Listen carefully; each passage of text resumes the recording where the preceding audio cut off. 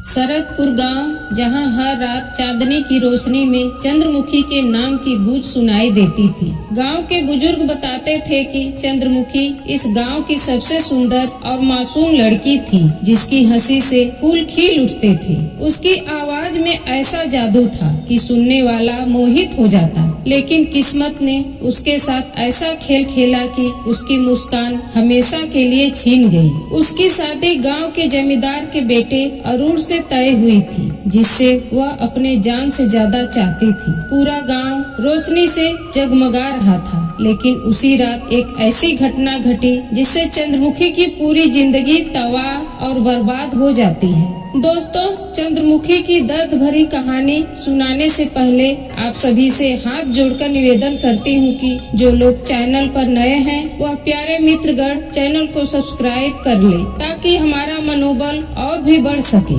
जैसा कि मैंने बताया कि चंद्रमुखी की शादी गांव के जमींदार के बेटे अरुण से तय थी। दोनों की शादी बड़े धूमधाम से होती है। पूरा गाँव रोशनी से चांद सितारों की तरह जगमगा रहा था। चंद्रमुखी की शादी की खुशी का खुमार अभी गांव के लोगों से उतरा भी नहीं था कि शादी के ठीक एक दिन बाद चंद्रमुखी के चीखों से गांव का हर कोना गूंज उठा। अरुण के लालची परिवार ने उसे जिंदा जला दिया। चंद्रमुखी की जलती हुई देह से उठता धुआं और उसकी चीखें उस रात आसमान तक पहुंच रही थी। गांव वाले खड़े खड़े तमाशा देख रहे थे, पर उसकी मदद के लिए कोई नहीं आगे आया। जलती हुई चंद्रमुखी ने अपनी आखिरी सांसों में कसम खाई कि उसकी आत्मा तब तक चैन से नहीं बैठेगी जब तक उसका बदला पूरा नहीं होता। उसी दिन से गांव में अजीब अजीब घटनाएं होने लगी। जिन लोगों ने उसके साथ अन्याय किया था, एक एक करके भयानक मौत मरने लगी। अरुण की माँ, जिसने चंद्रमुखी को जलाने को कही थी, एक रात अपने कमरे में सो रही थी कि अचानक उसकी आँख खुलती है तो वो देखती है कमरे के दीवार पर कोई चल रहा है, जिसके लंबे और बिखरे बाल थे।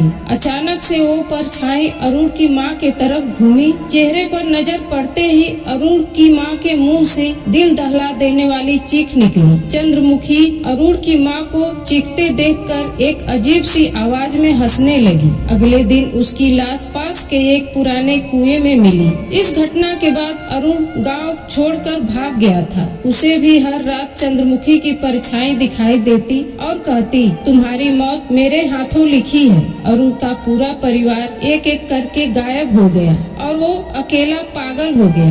अब चंद्रमुखी का कहर गांव वालों पर टूटने लगा। जो भी चंद्रमुखी के चुंगल में फंसता, उसकी लाश गांव के उसी पुराने कुएं में मिलती, जिस कुएं में अरुण की माँ की लाश मिली थी। भय और डर का एक भयानक सन्नाटा पूरे गाँव में पसरा हुआ था। गाँव वाले इकट्ठा होकर गाँव के मंदिर पर पुजारी बाबा के पास पहुँचे और बोले, बाबा, चंद्रमुखी ने अरुण के पूरे परिवार से बदला ले चुकी है, तो गांव के लोग क्यों गायब हो रहे हैं? तब उन्होंने कहा कि चंद्रमुखी की आत्मा सिर्फ अरुण के परिवार को नहीं बल्कि पूरे गांव को श्राप दे चुकी है। उन्होंने कहा, यह गांव ही उसकी मौत का गुनहगार है। चंद्रमुखी की आत्मा तब तक चैन नहीं पाएगी जब तक इस गांव का हर व्यक्ति उसकी चीखों का जवाब नहीं देगा। बाबा ने यह भी बताया कि चंद्रमुखी की आत्मा गांव के ही किसी व्यक्ति के शरीर में प्रवेश कर चुकी है, लेकिन वह कौन है यह जानना